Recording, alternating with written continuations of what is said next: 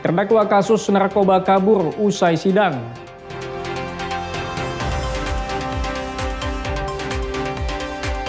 Lubang raksasa meluas, PLN relokasi Tower Sutet.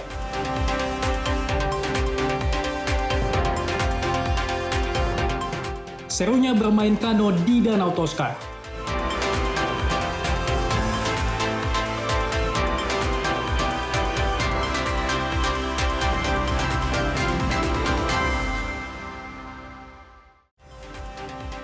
Halo, selamat pagi saudara. Kompas Pagi hari ini hadir dengan beragam informasi penting dan menarik dari Sumatera bagian utara. Selain 3 sorotan tadi, sejumlah informasi lainnya akan kami sajikan dalam Kompas Pagi. Bersama saya Emir Syapurba, inilah Kompas Pagi selengkapnya di Kompas TV, independen terpercaya.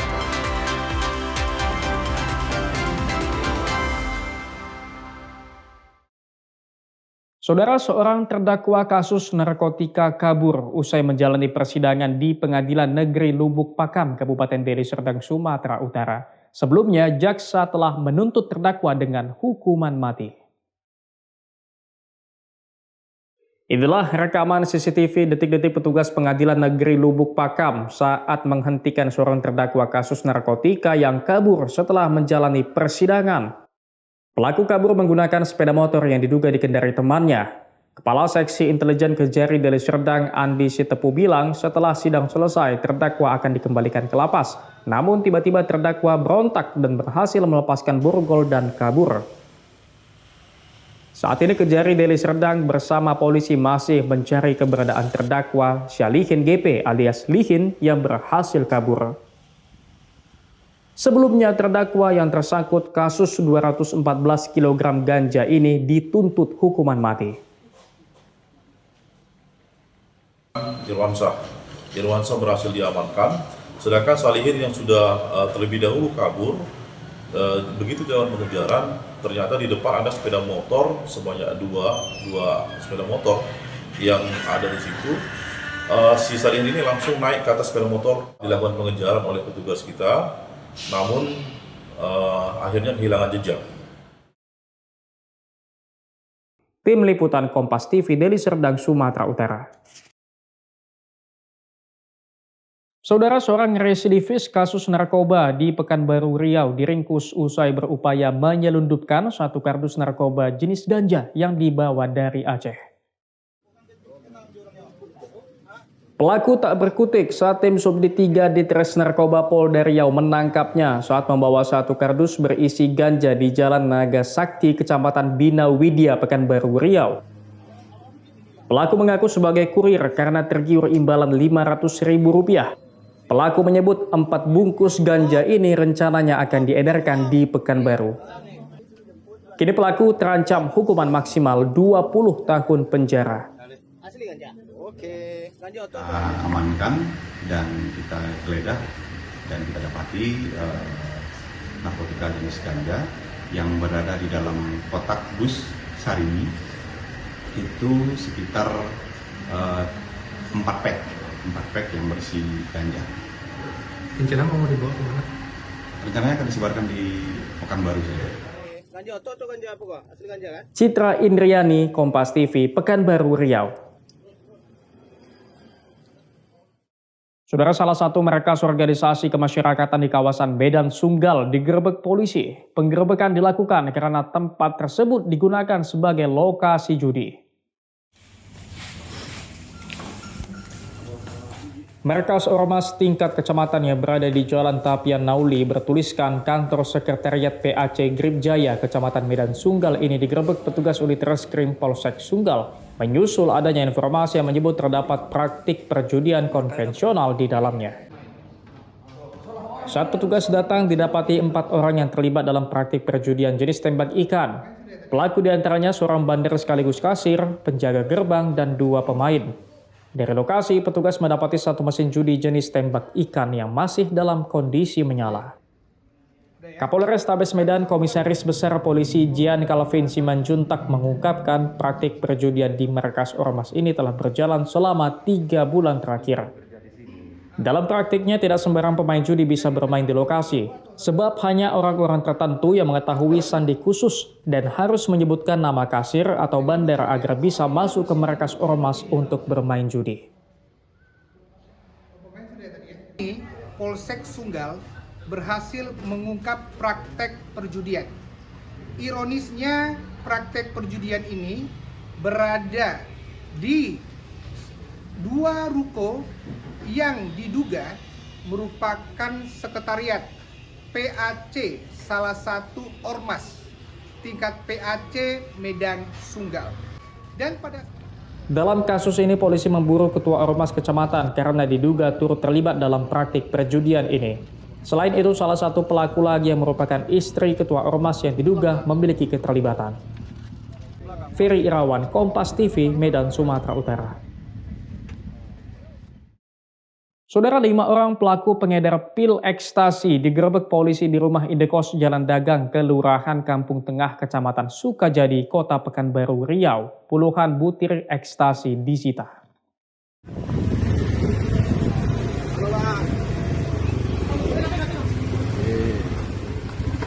Personel Sat Narkoba Polresta Pekanbaru menggerebek rumah indekos di Jalan Dagang Kampung Tengah, Kecamatan Sukajadi, Kota Pekanbaru, Riau.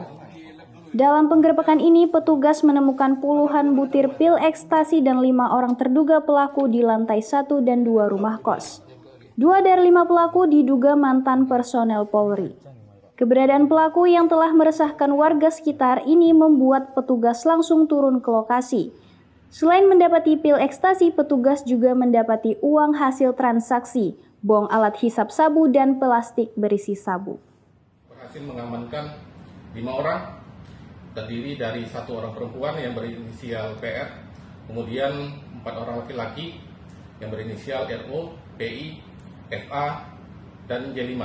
Nah, dari hasil penggeledahan itu juga berhasil diamankan sebanyak 72 butir narkotika jenis pil ekstasi yang diakui oleh para pelaku bahwasanya barang bukti tersebut adalah milik mereka.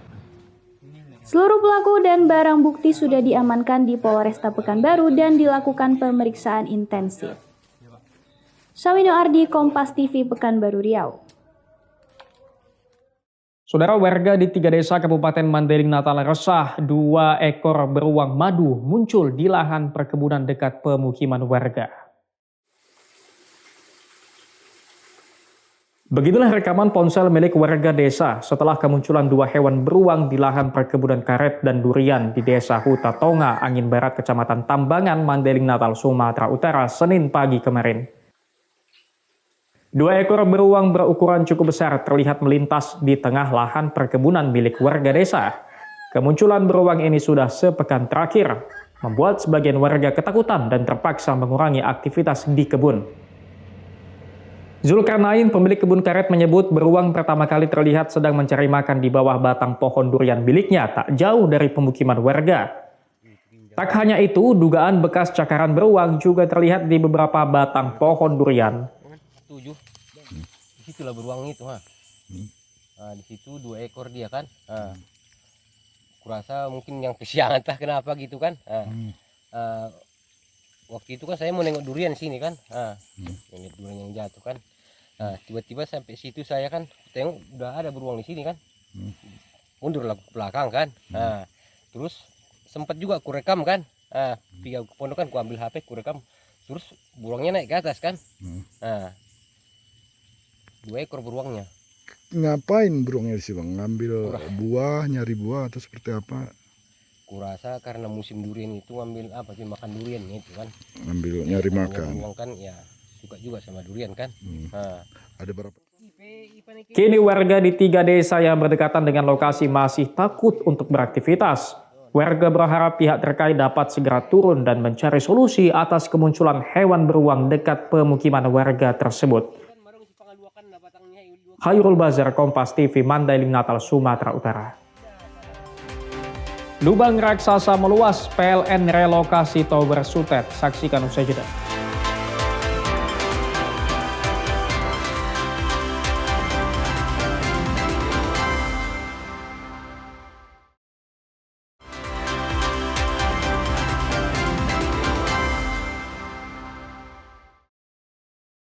Saudara, PLN menjadwalkan pemadaman listrik di Kabupaten Aceh Tengah dan Kabupaten Bener Meriah saat relokasi menara jaringan listrik saluran udara tegangan tinggi atau SUTET akibat lubang raksasa atau sinkhole yang terus meluas di Desa Pondok Balik, Kecamatan Ketol.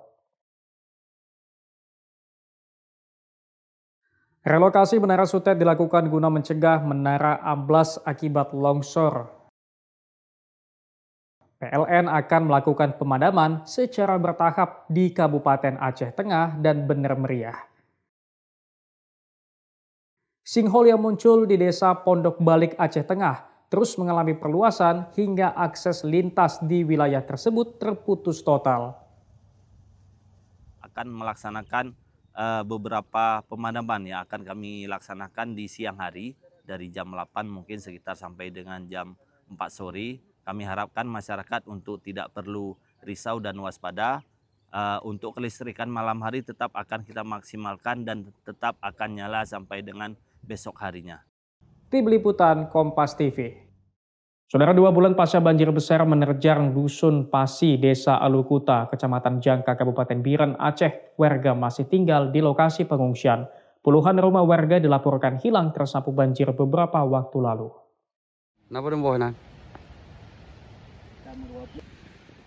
Itulah kondisi terkini pemukiman warga di pesisir pantai Kabupaten Biren, Aceh. Sisa-sisa rumah yang rata dengan tanah masih terlihat jelas menjadi saksi ganasnya banjir besar yang terjadi akhir November 2025 lalu.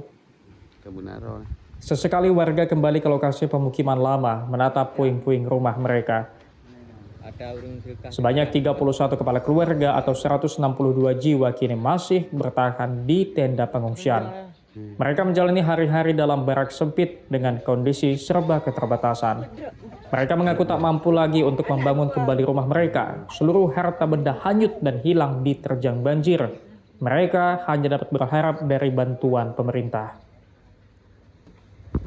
Kondisi rumah seperti apa? Rumahnya sudah tiada lagi. Hilang. Hancur. Nggak ada apa-apa lagi. Tinggal tanah.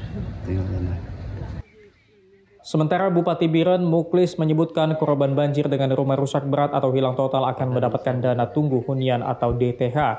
Bantuan langsung ini disalurkan BNPB sebagai upaya mempercepat pemulihan pasca bencana. Mungkin bagi yang rumahnya rusak total, ya dibawa banjir, ini juga mereka bisa dengan ada bantuan langsung dari pemerintah pusat, dari BNPB ini atau DTH.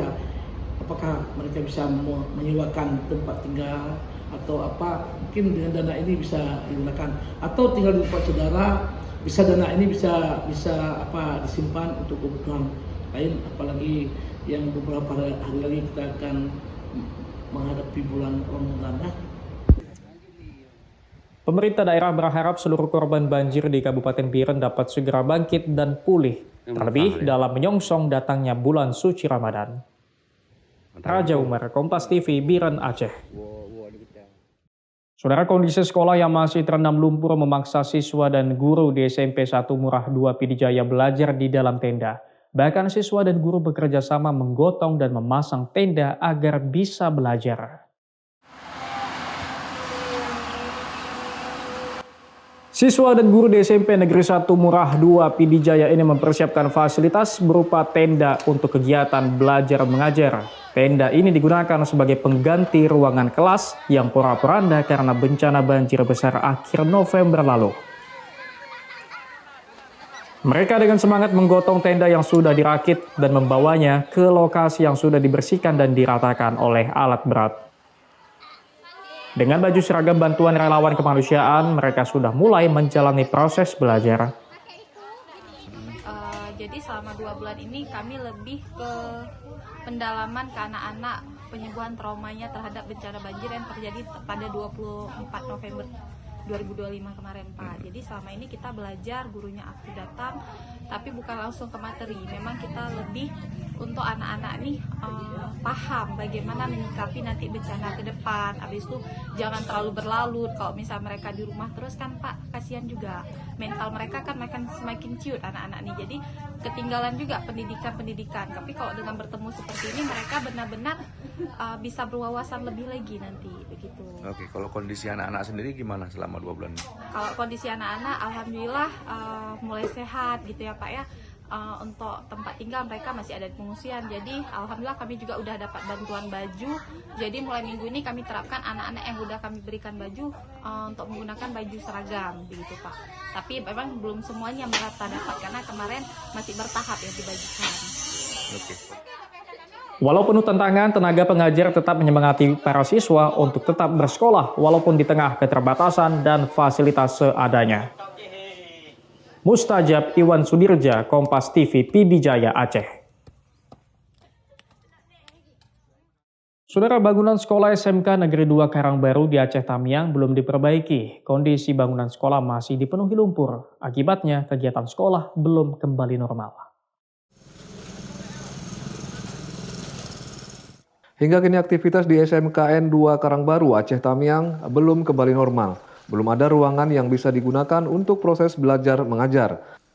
Saat ini material lumpur sisa banjir masih memenuhi seluruh ruangan. Selain ruangan, sarana prasarana lainnya seperti kursi, meja, dan alat pembelajaran juga rusak diterjang banjir. Meski nantinya ruangan sudah bisa digunakan, dikhawatirkan pembelajaran tidak maksimal akibat alat-alat praktik siswa yang sudah rusak. Kepala sekolah bilang saat ini siswa sudah masuk untuk berinteraksi dengan teman-teman dan guru. Pihak sekolah mengaku kesulitan untuk menempatkan siswa akibat sebagian besar lingkungan sekolah masih tertutup lumpur.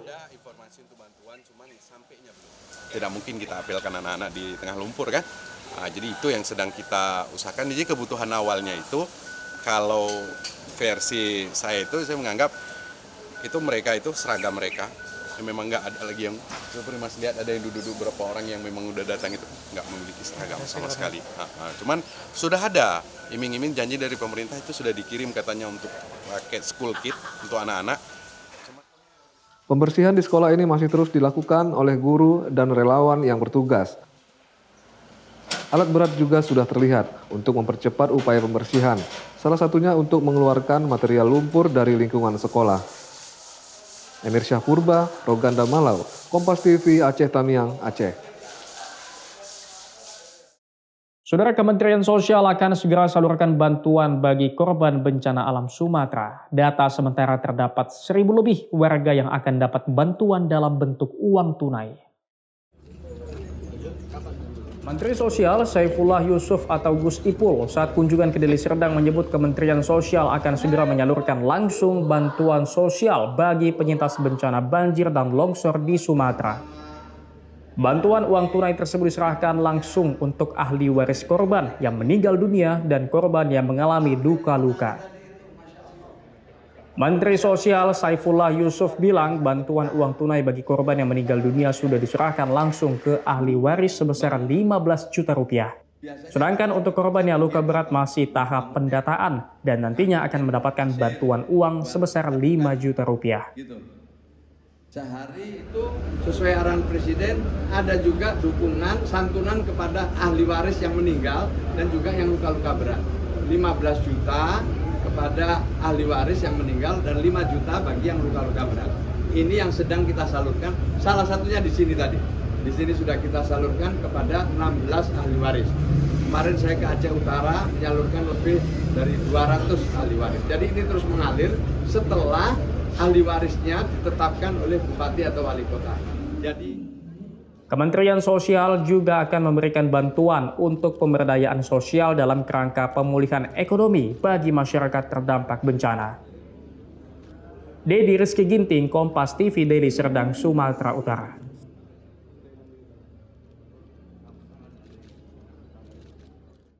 Saudara, pemerintah Pidijaya terus melakukan pembangunan hunian sementara untuk ribuan warga Pidijaya yang terdampak berat banjir akhir November 2025 lalu.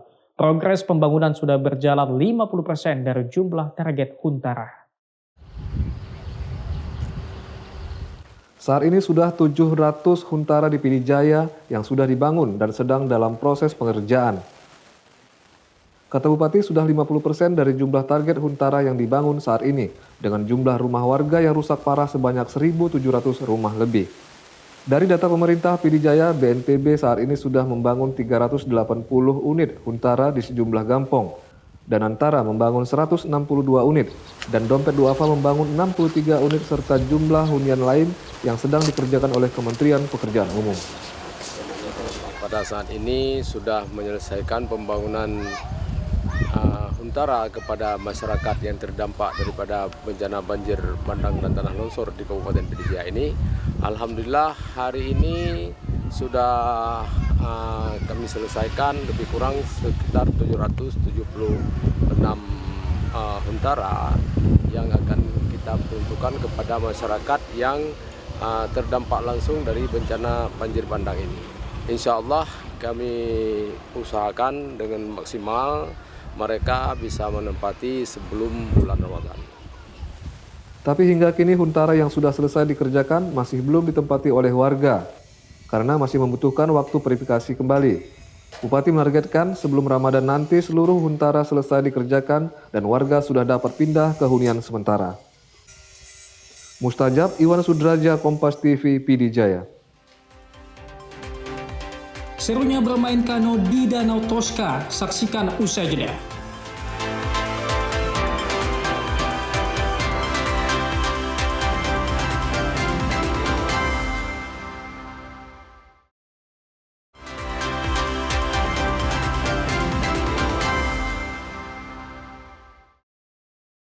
Saudara, Danau Toska di Kecamatan Rumbai Barat menjadi daya tarik bagi warga di Kota Pekanbaru di Provinsi Riau. Keindahan air danau yang berwarna hijau toska dipadu dengan rindangnya pepohonan menjanjikan suasana yang tenang dan asri.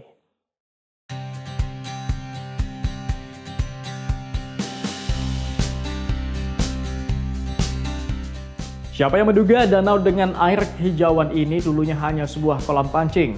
Namun kini danau yang dikelilingi pepohonan rindang menjadi salah satu destinasi favorit warga Pekanbaru Riau. Hanya dengan membayar Rp15.000, wisatawan dapat menikmati suasana asri sembari menikmati kejernihan air danau yang berwarna kehijauan.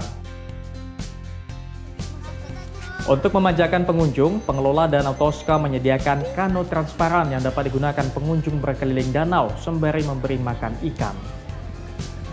Miniatur kapal juga disediakan dan menjadi spot favorit untuk bersuah foto bersama keluarga.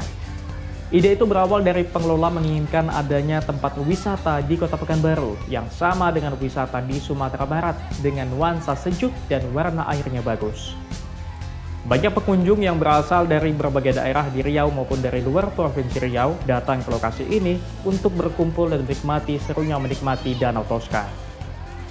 Salah satu pengunjung yang datang dari Teluk Meranti, Kabupaten Pelalawan, mengaku berkunjung ke Danau Toska karena penasaran dengan panorama yang disuguhkan. Ini pertama kali Kak ya? Pertama kali yang di sini. Setelah melihat ini gimana Kak? Cantik, serius. Kita lihat di videonya cantik juga, aslinya cantik juga. Apa-apa aja yang bisa dinikmati di sini tadi Kak? Ya awak lihat, mau lihat perahunya ini. Terus ada ikannya, baru tahu kita. Pihak pengelola mengaku awalnya menginginkan ada tempat wisata di Kota Pekanbaru yang memiliki nuansa sejuk dan warna airnya bagus, hingga kemudian mengubah kolam pancing menjadi Danau Toska. Kita awalnya pengen di Riau ini ada wisata ya, yang vibes-nya itu kayak di Sumbar, area di Sumbar yang area-area alamnya itu warna airnya itu bagus. Jadi kita berpikir gimana sih cara membuat yang danau kita punya ini punya vibe seperti itu ya, dan itulah lahirnya Danau Toska itu. Tak hanya dapat menikmati keasrian Danau Toska, pengunjung juga dapat bermain di kolam atau berkemah di lokasi. Sawino Ardi, Kompas TV, Pekanbaru Riau. Saudara, bagi Anda penggemar kegiatan alam bebas, Deleng Tujuh Dayang mungkin bisa menjadi pilihan. Terletak di Kecamatan Laubaleng, Kabupaten Karo, destinasi ini menjadi favorit karena menjanjikan pemandangan yang memukau dari ketinggian. Hamparan padang sabana luas bak permadani hijau akan menyambut Anda setibanya di atas perbukitan Deleng Tujuh Dayang. Rasa lelah setelah berjalan mendaki sekitar 2 jam dengan medan yang cukup curam akan terbayar dengan indahnya pemandangan saat berada di puncak Deleng Tujuh Dayang. Tak heran sejumlah pendaki menyebut lokasi ini dengan New Zealand-nya Kabupaten Karo. Jika Anda beruntung dan cuaca tidak berkabut, panorama sunset dari puncak Deleng Tujuh Dayang akan sulit untuk dilupakan. Lokasi ini semakin digandrungi oleh pendaki karena tak jarang dokumentasi keindahannya viral di media sosial. Dari beberapa sosial media ya seperti Instagram, TikTok, ada beberapa video yang bagus di Deleng ini. Jadi itulah yang menuntut kami ke sini kan. Kami datang ke sini ya seperti inilah sesuai ekspektasi. Ada sabananya, kita bisa memandang dari sini sawah-sawan dan cuacanya juga nggak terlalu ekstrim sih. Enak, pokoknya enak lah. Datanglah ke sini. Nah, untuk Anda yang ingin melepas lelah dari hiruk-pikuk perkotaan, tak ada salahnya untuk mengunjungi Deleng Tujuh Dayang. Dedi Zulkifli Terigan, Kompas TV, Karo, Sumatera Utara.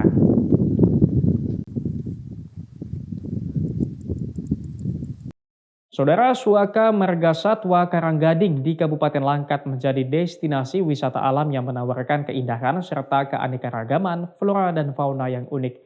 Ekosistem mangrove yang tumbuh subur menjadi habitat berbagai satwa endemik menjadi daya tarik bagi para wisatawan. Dengan menggunakan perahu kayu, pengunjung dapat menyusuri keindahan Taman Suaka Marga Satwa Karanggading ke arah muara yang dekat Selat Malaka. Selama di perjalanan, pengunjung dimanjakan dengan pemandangan beragam jenis tumbuhan mangrove serta dapat melihat beberapa jenis bangau yang terbang bebas. Pengunjung juga diajak ke sebuah pulau kecil yang ditumbuhi tanaman mangrove. Di sini, setiap pengunjung diberi bibit mangrove untuk ditanam sebagai bentuk kontribusi nyata terhadap kelestarian alam. Suaka Marga Satwa Karanggading merupakan satu-satunya hutan mangrove di pesisir Sumatera Utara yang masih ada saat ini. Hutan mangrove ini menjadi salah satu wilayah konservasi yang dikelola oleh Balai Besar Konservasi Sumber Daya Alam Sumatera Utara. Karanggading karena memang SM Karanggading Langkat Timur ini satu-satunya kawasan konservasi mangrove di sepanjang pesisir pantai timur Sumatera. Ini yang satu-satunya. Nah, kemudian dia memiliki satwa-satwa endemik yang memang hanya ada di Sumatera Utara. Misalnya seperti tuntong laut, kemudian juga ada lutung tadi kita lihat, kemudian juga ada bangau tuntong, bangau bluok. Nah, itu tadi ada yang di posisi yang di kelelawar tadi. Nah, itu ada bangau bluok nampak satu. Nah, itu memang yang menjadi potensi. Kemudian juga Sementara itu, salah seorang pengunjung asal Medan mengaku sangat kagum dengan kondisi hutan mangrove yang masih terjaga. Bisa dibilang cukup baik ya, kalau dari segi akses dan untuk potensi wisatanya juga sepertinya ke depan bakal bagus karena banyak spot-spot yang memang cukup unik yang memang nggak didapatin juga di tempat lain. Seperti tadi kawasan mangrove-nya juga dalam proses, ada yang sebagian udah ada sekian, ada juga yang memang dalam proses penanaman dan perawatannya juga menurut pengelola tadi juga terus dikembangkan, terus dimaksimalkan ya. Jadi ke depan mungkin untuk jadi tempat wisata berpotensi lah. Mengunjungi Suaka Marga Satwa Karanggading dipastikan akan memberikan pengalaman wisata yang menyenangkan dan akan meninggalkan kesan mendalam akan pentingnya menjaga dan merawat alam. Dedi Zulkifli Terigan, Kompas TV, Langkat, Sumatera Utara.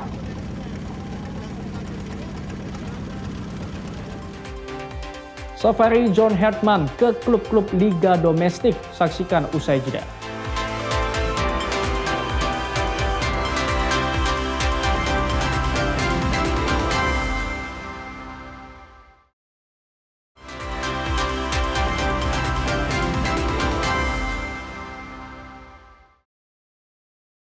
Saudara, pelatih Timnas Indonesia John Hartman mendatangi sejumlah pemusatan latihan klub yang berlaga di Liga Super. Hartman mencoba memahami gaya dan kultur sepak bola di Indonesia. Pemandangan langka terjadi saat Persija Jakarta menggelar latihan di Bojongsari, Depok, Selasa 27 Januari 2026 lalu. Pelatih Timnas John Hartman tiba-tiba memantau langsung sesi latihan skuad Macan Kemayoran. Kehadiran pelatih berpaspor Inggris ini disambut dengan tangan terbuka oleh Persija yang dihuni oleh beberapa nama langganan timnas seperti Rizky Ridho maupun pemain anyarnya Shane Patinama. Hartman diduga ingin memahami gaya dan kultur sepak bola di Indonesia. Pemandangan ini terbilang baru. Di era Sinteyong maupun Kluivert, pelatih timnas biasanya hanya menyaksikan beberapa laga di stadion. Dari Jakarta, Hartman terbang ke Bali. Pelatih 50 tahun itu terpana dengan fasilitas Bali United Training Center di Pantai Purnama, Gianyar, Bali. Ia berharap bisa membawa skuad timnas berlatih di Bali. To see the quality of this facility, it really lets you know that there's a standard here for the football, and hopefully at some stage we'll be able to bring our national team Garuda here for training camps. The standard of the pitches, the quality of the facility, the dressing rooms, etc. It's top class. Sebelumnya, Hartman juga menonton laga antara Persita Tangerang kontra Bayangkara FC 24 Januari lalu. Kehadiran Hartman sebagai upaya pemantauan sepak bola Indonesia sejak ia ditunjuk PSSI sebagai juru racik skuad Garuda. PSSI untuk bergabung di atas panggung dan foto bersama juga dipersilakan. Saudara, Super League Indonesia kian berkelas. Masuknya deretan bintang dunia tak hanya mendongkrak nilai pasar kompetisi. Pemain dengan nilai pasar fantastis menjadi bukti ambisi besar klub meningkatkan kualitas teknis. Super League Indonesia terus berkembang. Pemain dengan nilai pasar fantastis kini tersebar di sejumlah tim pada kompetisi sepak bola tertinggi di tanah air. Ini menjadi bukti sahih setiap klub ingin meningkatkan kualitas teknis. Lonjakan nilai pasar tak hanya dipicu kehadiran pemain naturalisasi yang memilih hijrah ke kompetisi domestik Indonesia. Kedatangan para pemain bintang juga menjadi salah satu pemicu. Gelandang Persib Bandung Tom Haye bertengger di daftar puncak pemain dengan nilai valuasi tertinggi saat ini. Sang dirijen lapangan tengah skuad Garuda memiliki nilai pasar 17,38 miliar rupiah. Dengan skill di atas rata-rata, rasanya dengan nilai pasar tersebut cukup masuk akal. Terlebih, sang profesor juga menjadi andalan di lini tengah Maung Bandung. Di tangga kedua masih menjadi milik penggawa Maung Bandung. Laifin Kurzawa menempati posisi 2 dengan nilai pasar 13 miliar rupiah. Kehadiran mantan bintang PSG tentu akan menaikkan pamor Super League Indonesia. Tanya itu, mendaratnya pemain elit diharapkan membuat kompetisi domestik tanah air kian kompetitif di level Asia. Penggawa sang seteru abadi Persija Jakarta juga masuk dalam daftar. Rizky Ridho menjadi pemain dengan nilai pasar 11,30 miliar rupiah dan menempati posisi ketiga sebagai pemain dengan nilai pasar paling tinggi di Super League. Dengan kemampuan dan etos kerjanya, tak heran bila Ridho kini menjadi pemain paling mahal di kompetisi domestik. Meski Persib dan Persija menempatkan 3 pemainnya di daftar 3 besar, namun justru Bali United lah yang memiliki pemain paling banyak yang menempati daftar pemain dengan nilai pasar tertinggi. Timen Gopel, Diego Campos, dan Tepe Yachida membuat Serdadu Tridatu memiliki kedalaman skuad pemain asing berlabel mahal.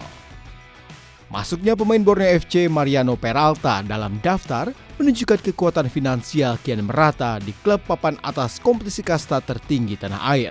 Tak hanya menjadi ajang unjuk gigi, semoga pemain berlabel elit bisa memberikan pelajaran kepada pemain lokal untuk meningkatkan kemampuan.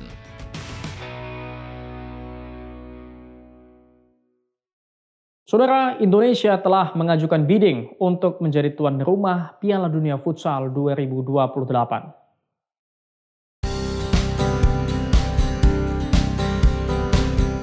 Federasi Futsal Indonesia dikabarkan sudah menyerahkan dokumen penawaran kepada FIFA untuk bersaing menjadi negara penyelenggara perhelatan Piala Dunia Futsal 2028. Gelaran Piala Asia Futsal yang saat ini tengah berlangsung menjadi pembuktian Indonesia mampu menjadi tuan rumah di ajang internasional. Secara fasilitas, Indonesia memang layak mengajukan diri sebagai tuan rumah. Indonesia Arena dan Stadion Indoor Velodrome yang saat ini menjadi venue dalam ajang Piala Asia Futsal cukup megah untuk dijadikan arena dalam perhelatan internasional. Selain itu, prestasi skuad Garuda Futsal di kancah internasional juga cukup membanggakan. Saat ini armada asuhan Hector Souto menempati ranking 24 dunia. Sementara di kawasan Asia, Muhammad Iqbal Iskandar dan kolega bertengger di tangga ke-6. Tim Liputan Kompas TV.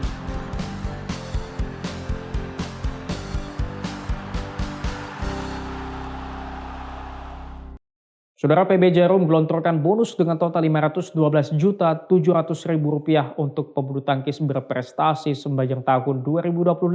Pebulu tangkis muda Salsabila Zahra Aulia ditahbiskan menjadi atlet muda terbaik di Tahun Ular Kayu.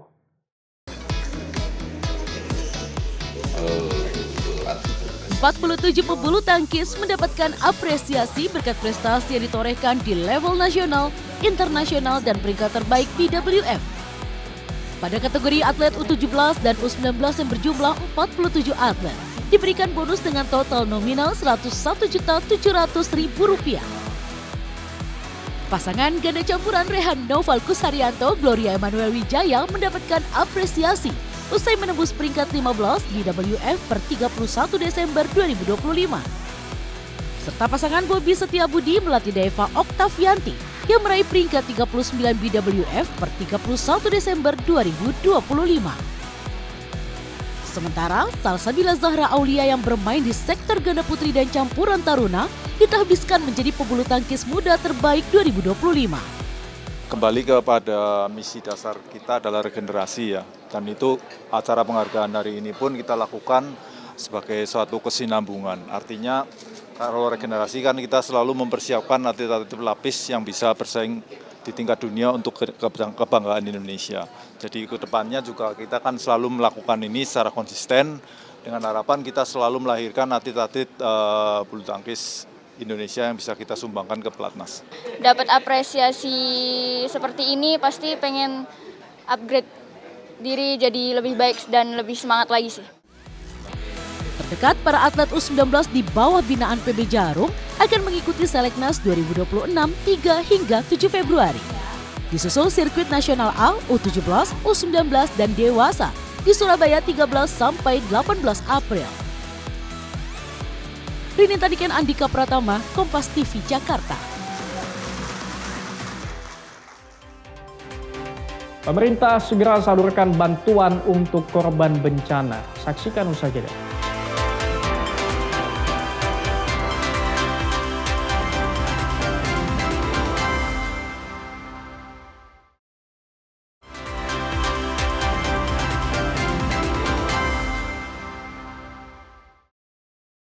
Saudara, seorang terdakwa kasus narkotika kabur usai menjalani persidangan di Pengadilan Negeri Lubuk Pakam, Kabupaten Deli Serdang, Sumatera Utara. Sebelumnya, jaksa telah menuntut terdakwa dengan hukuman mati. Inilah rekaman CCTV detik-detik petugas Pengadilan Negeri Lubuk Pakam saat menghentikan seorang terdakwa kasus narkotika yang kabur setelah menjalani persidangan. Pelaku kabur menggunakan sepeda motor yang diduga dikendarai temannya. Kepala Seksi Intelijen Kejari Deli Serdang, Andi Sitepu, bilang setelah sidang selesai, terdakwa akan dikembalikan ke lapas. Namun tiba-tiba terdakwa berontak dan berhasil melepaskan borgol dan kabur. Saat ini Kejari Deli Serdang bersama polisi masih mencari keberadaan terdakwa Syalihin GP alias Lihin yang berhasil kabur. Sebelumnya, terdakwa yang tersangkut kasus 214 kg ganja ini dituntut hukuman mati. Irwansyah berhasil diamankan, sedangkan Salihin yang sudah terlebih dahulu kabur, begitu jalan pengejaran, ternyata di depan ada sepeda motor sebanyak dua sepeda motor yang ada di situ. Si Salihin ini langsung naik ke atas sepeda motor, dilakukan pengejaran oleh petugas kita. Namun akhirnya kehilangan jejak. Tim Liputan Kompas TV, Deli Serdang, Sumatera Utara. Saudara, seorang residivis kasus narkoba di Pekanbaru Riau diringkus usai berupaya menyelundupkan satu kardus narkoba jenis ganja yang dibawa dari Aceh.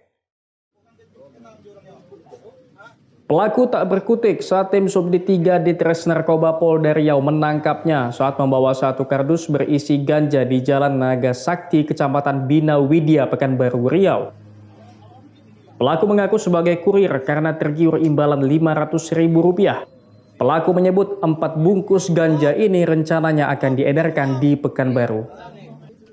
Kini pelaku terancam hukuman maksimal 20 tahun penjara. Kita amankan dan kita geledah dan kita dapati narkotika jenis ganja yang berada di dalam kotak bus Sarini itu sekitar 4 pack yang berisi ganja. Rencana mau dibawa ke mana? Rencananya akan disebarkan di Pekanbaru saja.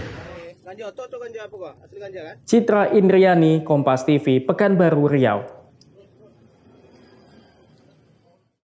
Saudara, PLN menjadwalkan pemadaman listrik di Kabupaten Aceh Tengah dan Kabupaten Bener Meriah saat relokasi menara jaringan listrik saluran udara tegangan tinggi atau SUTET akibat lubang raksasa atau sinkhole yang terus meluas di Desa Pondok Balik, Kecamatan Ketol. Relokasi menara SUTET dilakukan guna mencegah menara amblas akibat longsor. PLN akan melakukan pemadaman secara bertahap di Kabupaten Aceh Tengah dan Bener Meriah. Sinkhole yang muncul di Desa Pondok Balik, Aceh Tengah terus mengalami perluasan hingga akses lintas di wilayah tersebut terputus total. Akan melaksanakan beberapa pemadaman yang akan kami laksanakan di siang hari dari jam 8 mungkin sekitar sampai dengan jam 4 sore. Kami harapkan masyarakat untuk tidak perlu risau dan waspada.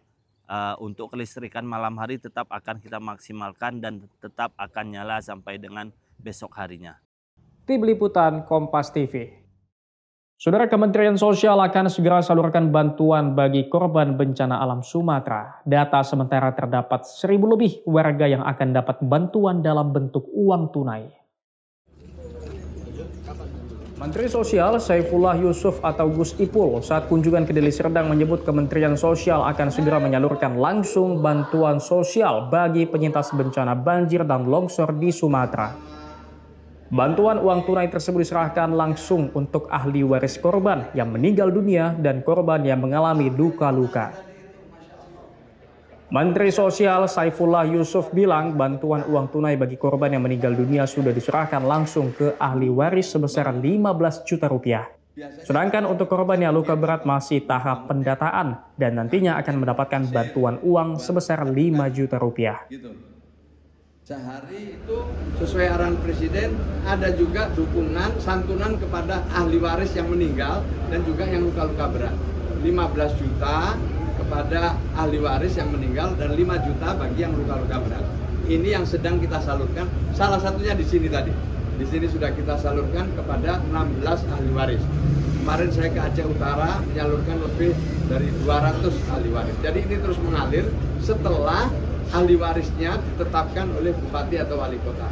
Jadi Kementerian Sosial juga akan memberikan bantuan untuk pemberdayaan sosial dalam kerangka pemulihan ekonomi bagi masyarakat terdampak bencana. Dedi Rizky Ginting, Kompas TV, Deli Serdang, Sumatera Utara.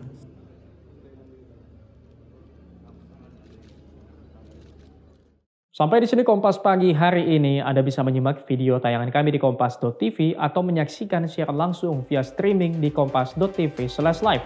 Kami undur diri, tetap saksikan rangkaian program berita di Kompas TV, independen terpercaya.